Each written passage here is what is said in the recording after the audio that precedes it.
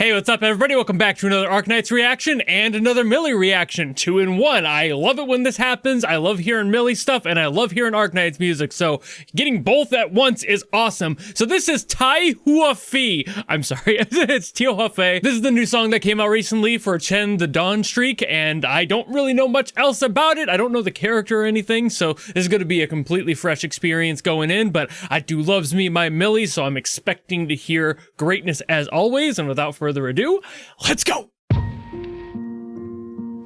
A frozen breath, a calloused hand, very tender beginning. Through a peaceful neighborhood.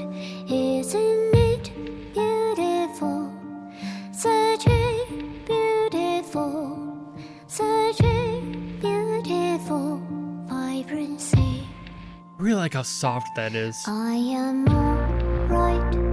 Whoa! I am content. Okay, the Beatles called. They want their organ back. That's awesome. Is that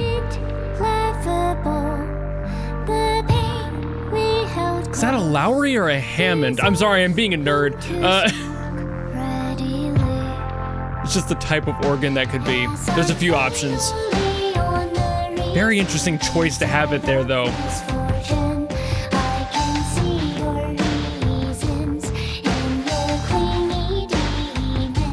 Also, this, like, bass synth in here? Really deep.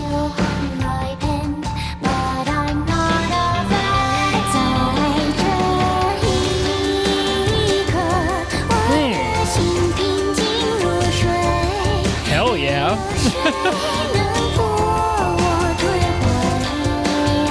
Love the multilingual every time.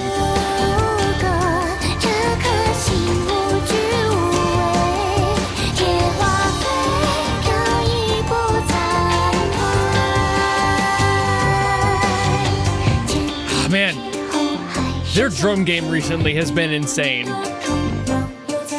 Their percussion is so good recently.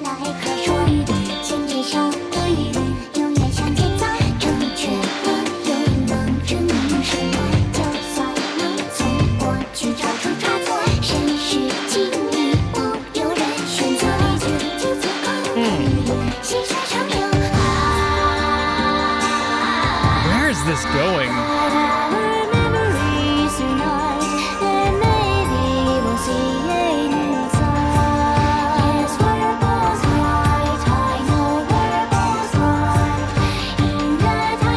I love it when they put in like traditional instruments too. Okay.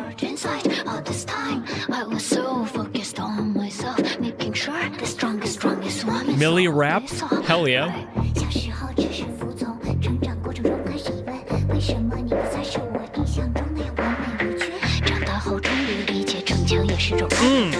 The slight desync there too. Oh man.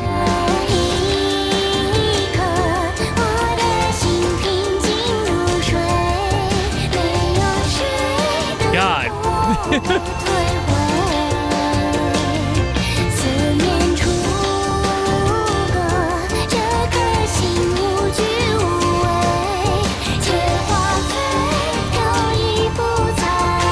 It has such an attitude to it, but a sense of purpose.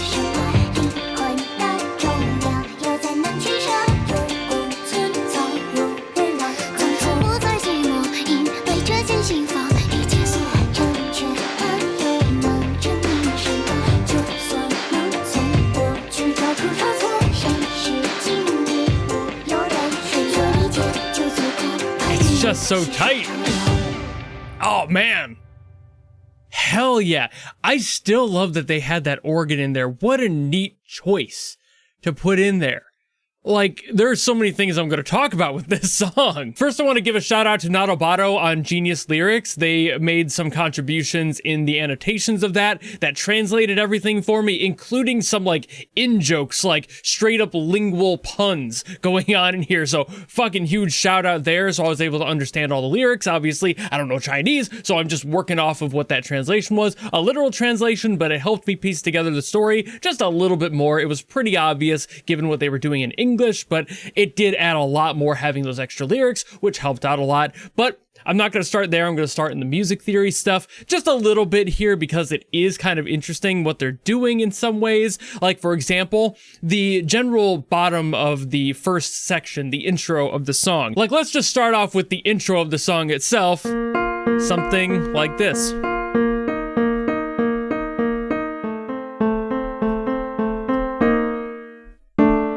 And then it moves on, and there's a little bit of a change there, and I'll explain that, but let's just stick to that for now. That's interesting because that entire thing is basically a relationship of perfect fourths and fifths. The entire thing there kind of focuses itself on this, which is an A sharp or a B flat. So right there you have a nice relationship, very harmonious. It has a lot going on there, and that does shift when the second part comes in. But what I wanted to share with you is the perfect fourth and fifth relationships going into that, which just makes everything feel proper. It makes your brain go, ooh, that's nice. It gives you the nice brain juice. You know, it's just, it feels good. That's why they're perfect fourths and fifths. They are perfect intervals on the keys, and that's why it sounds so good. And they keep that pretty steady until they decide to change it for the next section where they shift this note down to this one. And you might be like, well, what's the difference there? They sit on this instead. So after going to that, they stick on this note out of this final relationship here. And that's just really cool because it creates this shift from this like upbeat sort of like energy to the song down to this relationship that's not anymore. And that shift is important because as it starts to do that back and forth again, for that second part, you can already hear how this is a lot sadder than this is. And that's what we started with. So having this going on is very intriguing because now we've got this tighter sound going on that sounds a lot more melancholic and personal. The notes are closer. It's a major third now instead of a perfect fifth like we started out with. So there's a lot more of a tension in there because the notes are closer. And then when it shifts down, we go back to that first section there. It's the same set of notes, but it's a minor third relationship. So when we ended on this relationship, both of those are perfect fourths, but instead for the second one, we end on, which is a minor third. So we get this shift from a major fourth to a minor third.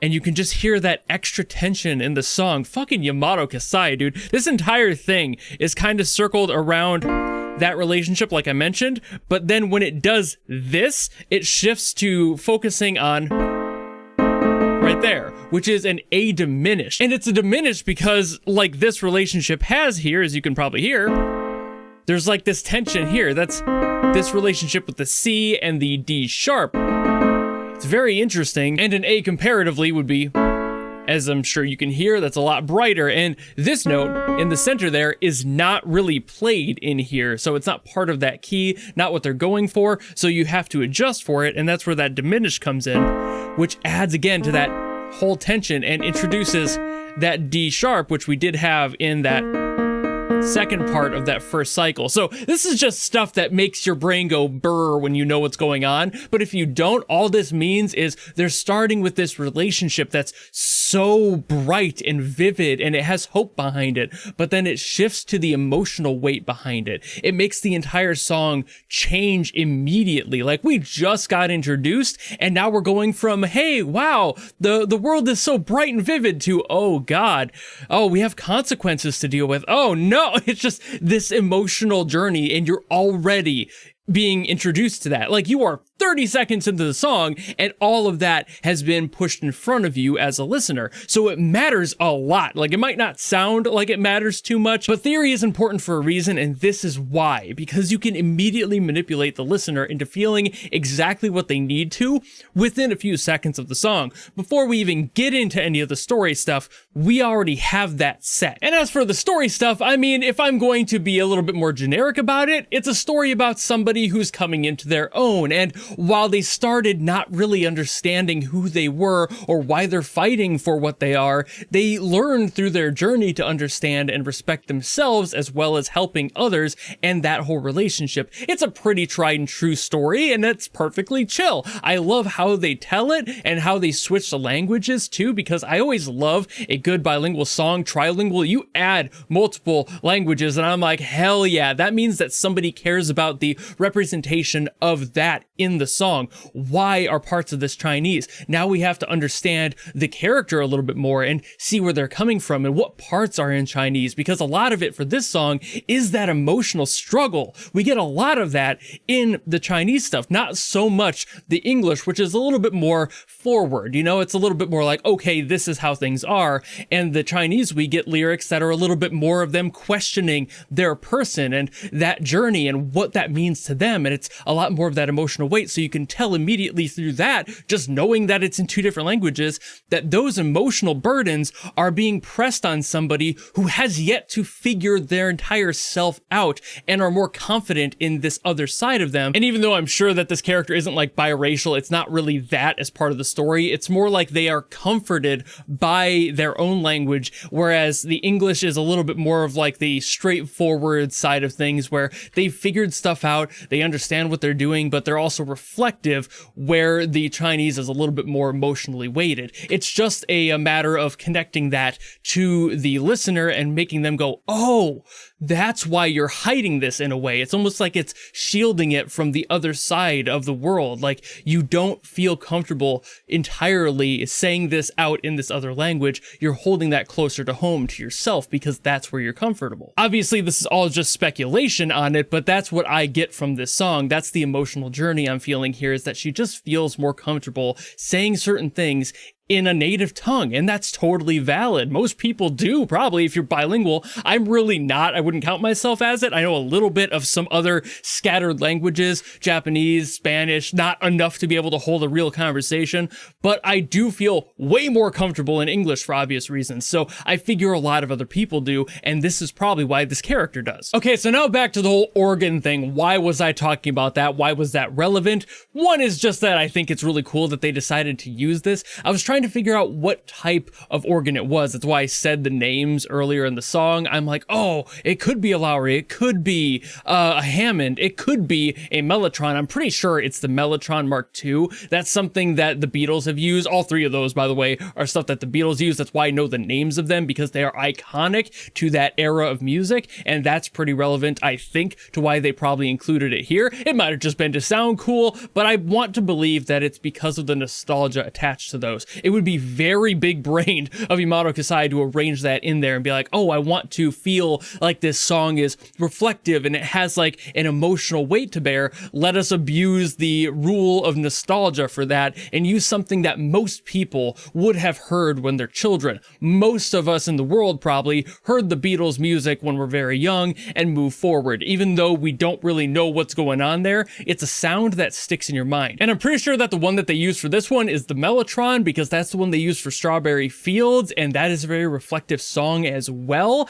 And I'm sure you can hear the correlation there if you have ever heard Strawberry Fields. It's very similar. It's not exact. They definitely did their own thing with the sound, but it is such an iconic tone. I would be surprised if this wasn't the Mellotron Mark II. Maybe the Mark I, maybe it's just a little bit different in tone, but point being, that is a very, very bold choice to make. Like, hey, I want to make something that has a little bit of a nostalgic backing to it. Why not use something that everyone would have heard? Something that is familiar to the subconscious, and that would be, again, such a big brain move, but totally something Yamato Kasai would do, in my opinion. So I would not be surprised if that was the case, and if so, fantastic choice. If it was just simply to sound cool, also a really good choice. It's not something that's used much anymore, so it sounds original now. Most people who are younger would not have heard that instrument, or maybe not even heard the Beatles at all, so they'd be like, okay, whatever the hell that sound is like, they don't care, you know? I'm not sure how kids get raised with music at this point. It's kind of different for everybody, always has been, but when I was younger, at very least, and I'm only 30, the Beatles were still very relevant as like a you hear this when you're a kid sort of sound, and now I don't believe that would be nearly as much the truth, just based on generational change. But for somebody like Yamato Kasai, who's well within that age range, it would totally make sense for him to go, oh, I know what I want to use. That sound that I loved and remembered from when I was listening to music as a kid. It would totally make sense there. So that's going to be my guess on that one. It's just that he wanted to include it, and it's a great nostalgic feeling. It is so good. Has this like kind of grittiness to it. There's this kind of air to it that feels a little bit dated, you know, because of how organs, and especially portable organs like those, function. They're basically accordions. You just take the keyboard off an accordion, you put it on the top, there you go, you have a portable organ. But the point is still there that that is such a cool sound to have, and I love that they included it, and I want to believe that Yamato Kasai did all that just because he was like, I know what I want to do.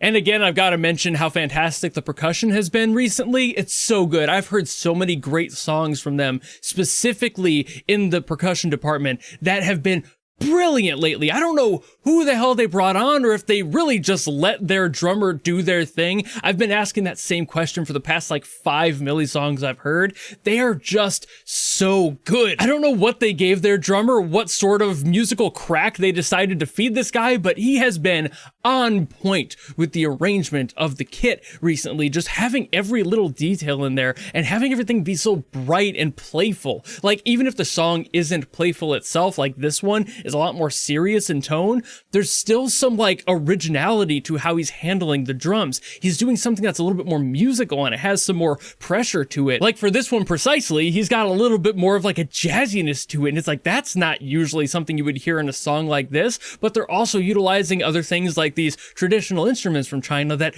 have that sort of approach to them, that have a little bit more of that texture to them, so it adds to that percussive sound, and it's just so good. It's got so much going on there. It adds so much to the music. And I also know I mentioned this earlier, how much I love when they include like traditional instruments, and they do that quite often in Mili, but just in general, it's always really fun to hear these different worlds kind of clashing together, and just how you use certain instruments is so fascinating to me. Like where you place them is always a little bit different. And since Mili has always been a little bit more like experimental with how they approach stuff, they love to just be like, hey, I know what I'm doing with this one. Same thing with that organ earlier. It's a little bit different. It's not something you hear all the time. Let's apply it in an interesting way that people may not have heard ever before in their lives. They're so creative with it. It's fucking insane. But I've also been yapping about this song for a while, so I think I will call it here. Thank you all so very much for watching. If you enjoyed this video and you want me to get to something else from Mili or from Arknights, drop in the comments below and I will do my best as always to get to those. But if you don't want to do any of that, maybe just want to follow me and support me for more stuff coming in the future, you know how to do all that. And I'll see all of you in the next video. Goodbye!